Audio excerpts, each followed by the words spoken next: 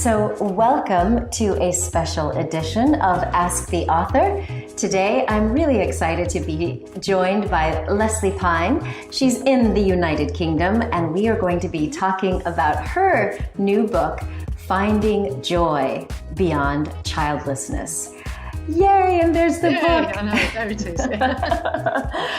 Congratulations, Lesley. It's been, how long had you been writing this book before we met? About a year before we met, so 18 months in total, actually, yes. Yeah, and now here it is. It's in the world. It is just here. There are 3 boxes of them, so that's very exciting. Yeah, I know, it's amazing. One of the most surreal experiences of my life has to be going on a train in London, reading my own book. It's just mad. It's mad and lovely, fabulous, really great. Yeah. And you've been on the radio and you're getting all these interview requests. It's amazing. Exactly. It is. It's great. Fabulous. Well, I really want to get into some of the messages that you share in this book because it's deeply personal. You've also included personal stories from several other women who are childless and how each of you has gone through your own process of grieving and getting to the other side.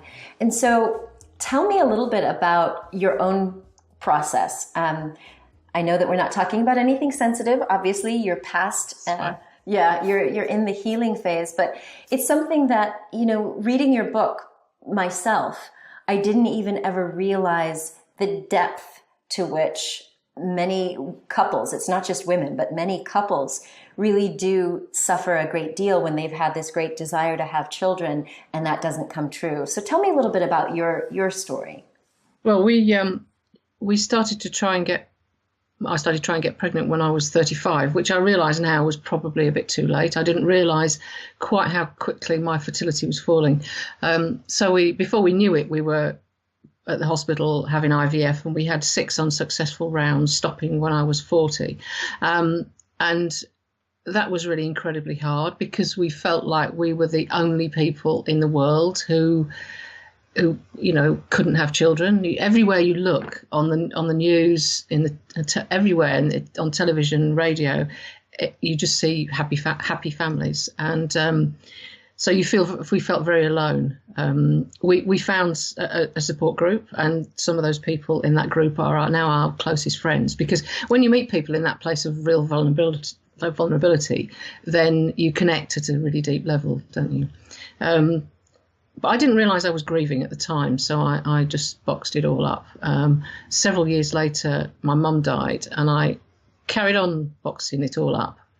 And then 9 years after that, I think, my father died, and I boxed my grief up again until I couldn't, because grief will find its way out, won't it? So really, I've done my grief work as I've been writing the book, and come out the other side. Now people say I look a lot younger, and I'm certainly more comfortable in my own skin than I've ever been. So yeah, in a nutshell, that's where I've been. Now, obviously we fast-tracked. We did. How did you experience the grief? Once you had bottled it, were you just rationalizing it in your mind and just pushing through? I remember one day after Mum died, walking down the road about to cry, and I took whatever I was feeling out of my head and put it in a box. And that's kind of where it stayed, sort of in that box. Also growing up in the north of England, with that sort of keep calm, carry on, pull yourself together brigade. And I, we learn a lot of these things from our parents. And, mine went through the war, Second War, and they did their best, but they didn't know how to feel. So I just pushed everything away, and I didn't know how to feel that. So that was, but it kept creeping out. I would cry. Sorry. Yeah. And so it was tears. I'm wondering, when you say that grief, I mean, that's an energy that has to come out. So for you, was it tears? Did you experience other emotions? Irritation at my husband, Roger, and other people and things. Sometimes it was tears. Just, yes, yes, often. And I got to a point where I was probably crying every day, and I just couldn't stop it. So there was time to do something different by then. Well, one of the things that the whole book is founded upon is that one can really have a fulfilling life. Even if the dream of becoming a mother doesn't come true, you can be happy. Like you said, you're calm, Exactly. you're confident, you're sharing, you're happier than you even thought you'd ever be. Exactly.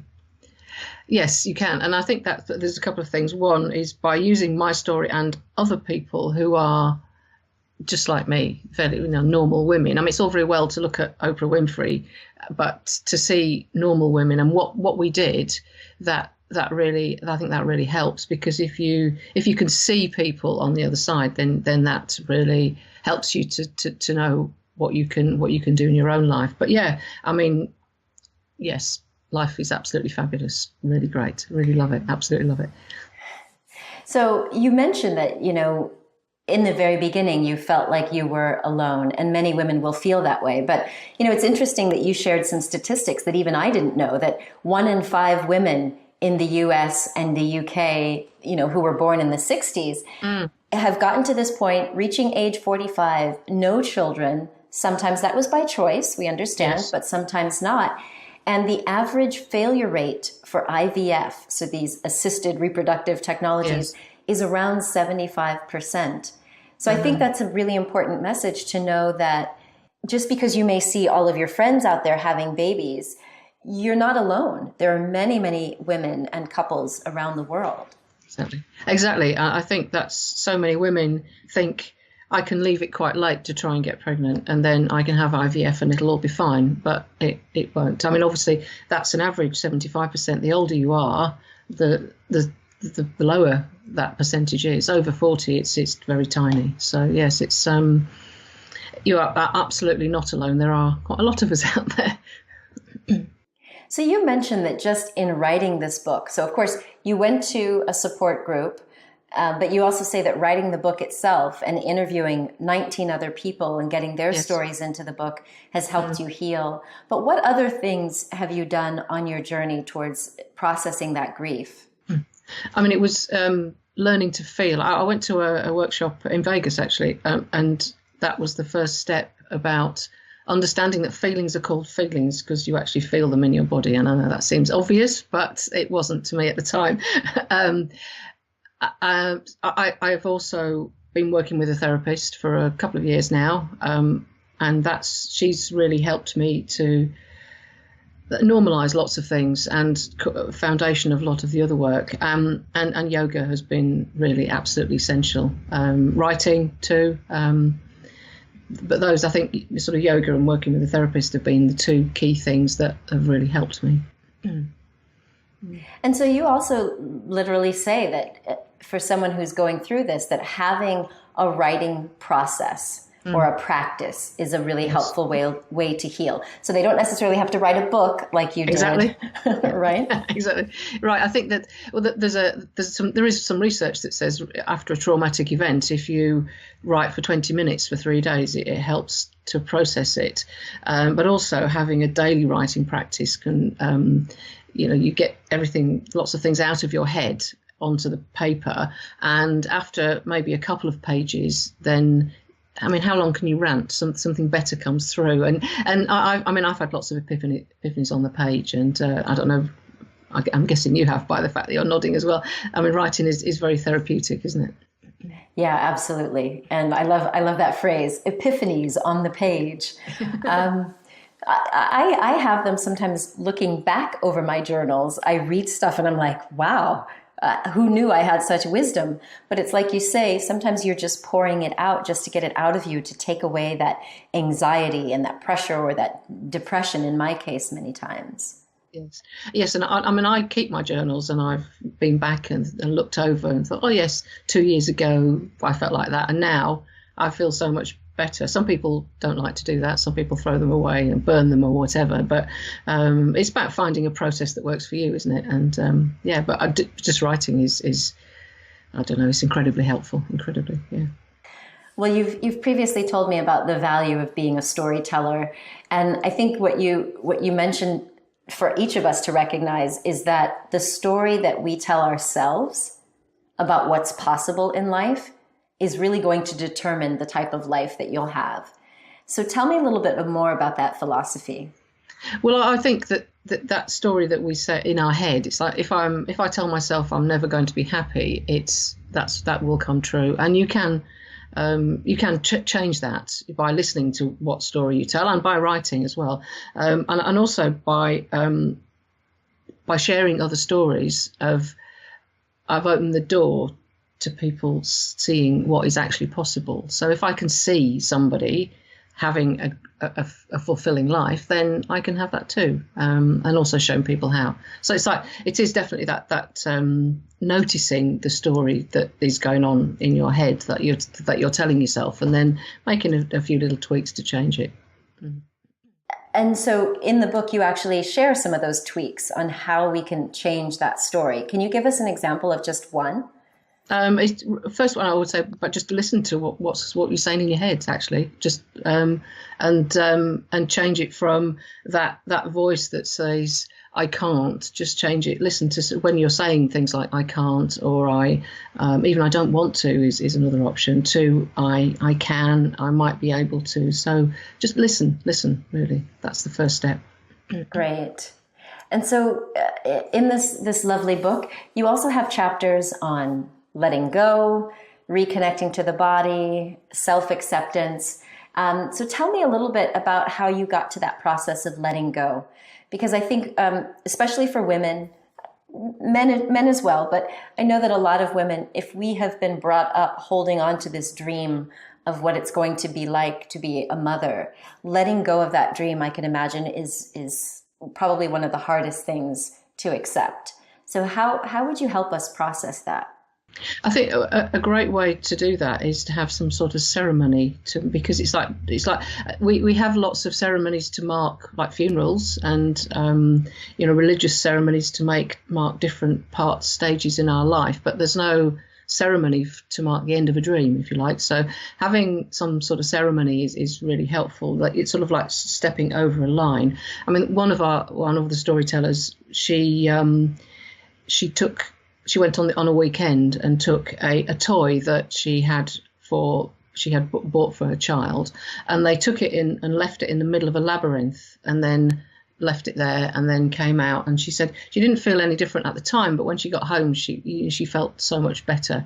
Other people have writing things on and burning them, or throwing it into the sea, or all sorts of, just something to mark the ending, really, of that dream. And then it's like drawing a line in the sand, and then you can cross over it.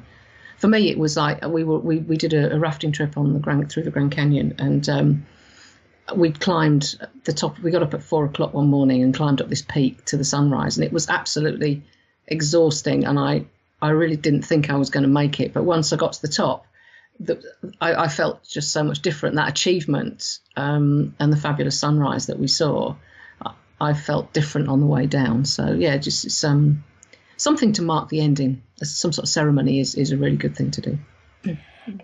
And Lesley, the other piece that I think many people will question is, how did you get to the point of self-acceptance? Because especially when you try naturally to get pregnant and then you go on to IVF, if it doesn't work, I can imagine that there's a great sense of failure and maybe even self-blame. So how did you get back to that point of self-acceptance, and what would you recommend for others? I think partly that, for me, that ties in with acceptance of my body, because my body let me down. So the work that I've done to reconnect with my body, or not reconnect, to connect with my body through yoga has really helped. And it's a sort of slow process about self-acceptance, that understanding things that you're not so good at. For me, also accepting my wonderfulness, as one of our storytellers describes it. I think that was a really lovely way to describe it, because we tend to bat those things back quicker than we will accept our failures, don't we? So it's little things. So accepting things that are positive about me, connecting with my body, I think have been the two main keys to that for me. Yeah. Wonderful. So one of the other things that you talk about to help us bring those emotions back to the positive side is about gratitude. And again, that seems like a really hard thing to do when someone is in the process of grieving either miscarriages, so the loss of a child, or just not being able to conceive. So talk to me about how gratitude has helped you. Well, I think there's always things to be grateful for, aren't there? We forget that in the midst of all the negative, there's tiny things. I mean, we can, we've got a beautiful house, or, we've got